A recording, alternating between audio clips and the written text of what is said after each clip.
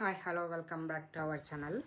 మనం ప్రీవియస్ వీడియోస్లో ప్రజ్ఞా సిద్ధాంతాల గురించి ఏకకారక సిద్ధాంతం, ద్వికారక సిద్ధాంతం, బహుకారక సిద్ధాంతం, సామూహిక కారక సిద్ధాంతము, ప్రజ్ఞాస్వరూప సిద్ధాంతము 5 అయితే 4 వరకు చెప్పాను. ఇక్కడ 4లో సామూహిక కారక సిద్ధాంతము అన్నాం కదా. సామూహిక కారక సిద్ధాంతము అంటే ఇందులో ఏం చెప్తాము అంటే,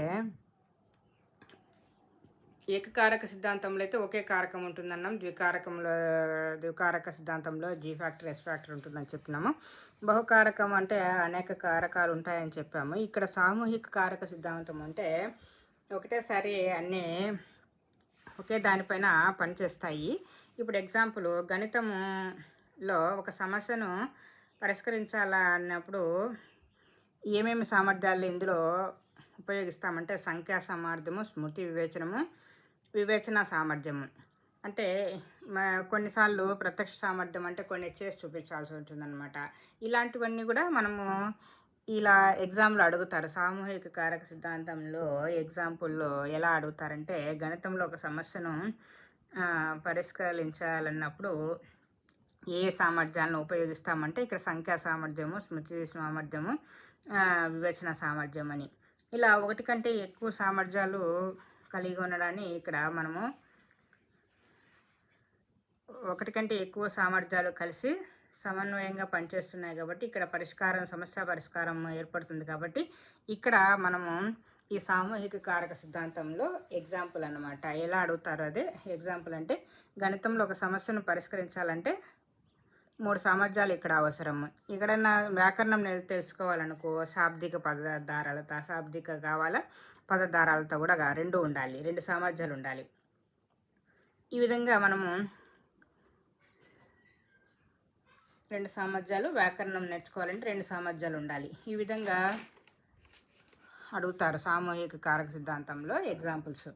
నెక్స్ట్ ప్రజ్ఞాస్వరూప సిద్ధాంతం. ఈ సిద్ధాంతాన్ని గిల్బర్ట్ ప్రతిపాదించాడు.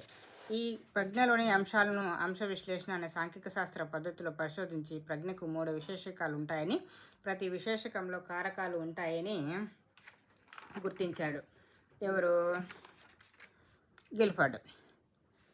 ప్రజ్ఞలోని అంశాలను అంశ విశ్లేషణ అనే సాంఖ్యక శాస్త్ర పద్ధతిలో ఫ్యాక్టర్ అనాలిసిస్. సాంఖ్యక శాస్త్ర పద్ధతిలో అంటే మనకు తెలుసు, ఇంకా ఇలా బార్ గ్రాఫ్ కానీ పై గ్రాఫ్ కానీ ఇలా ఉంటాయి. కాబట్టి అలా పరిశోధించి ప్రజ్ఞకు 3 విశేషకాలు ఉంటాయని చెప్పారు. ప్రతి విశేషకంలో కారకాలు ఉంటాయని గుర్తించారు. అవి ఎన్ని కారకాలు అనేది ఈ పక్క చూద్దాము. ఈ విశేషకాలను, వాటి కారకాలను ఒక ఘనం రూపంలో వివరించాడు.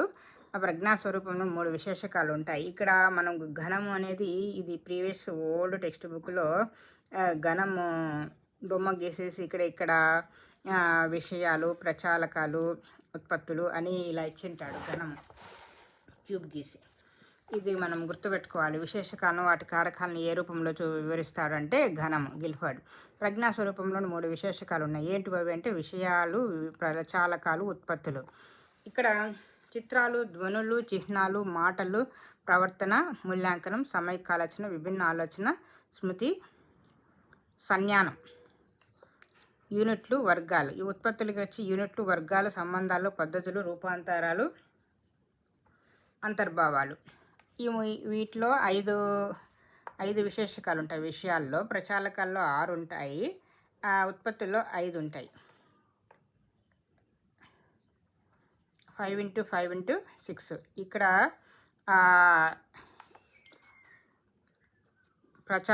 విషయాలేమో 5, ప్రచాలకాలేమో 5, ఉత్పత్తుల్లో 6. సమైక్య ఆలోచన, విభిన్న ఆలోచన మొత్తం 5.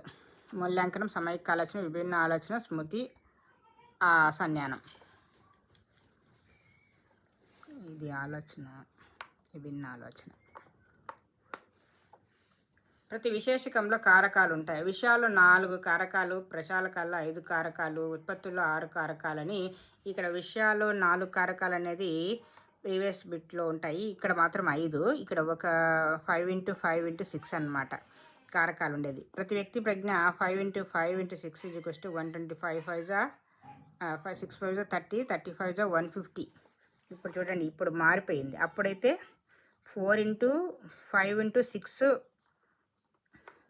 ముందు టెక్స్ట్ బుక్లో ఇచ్చారు, ప్రీవియస్ టెక్స్ట్ బుక్లో. ఇక్కడ కొత్త టెక్స్ట్ బుక్లో ఏమై 5x5x6 అంటే 150 కారకాలు ఇప్పుడు అయినాయి అన్నమాట. కారకాల సమన్వయ సమ్మేళన ఫలితమే గిల్ఫర్డ్ పేర్కొన్నాడు. కొత్త టెక్స్ట్ బుక్ కాబట్టి విషయాలు 5, ప్రచాలకాలు 5, ఉత్పత్తులు 6. ప్రీవియస్ బిట్లో అయితే 4x5x6.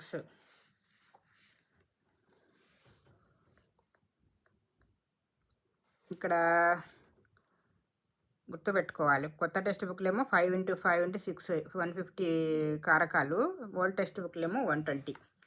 ఇది ఒక వ్యక్తి యొక్క ప్రజ్ఞ యొక్క కారకాల సమన్వయ సమ్మేళనాల ఫలితమని గిల్ఫర్డ్ పేర్కొన్నాడు.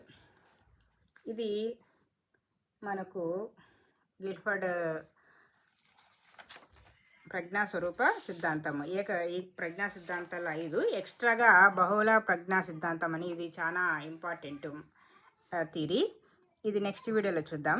Thank you for watching. Please subscribe my channel.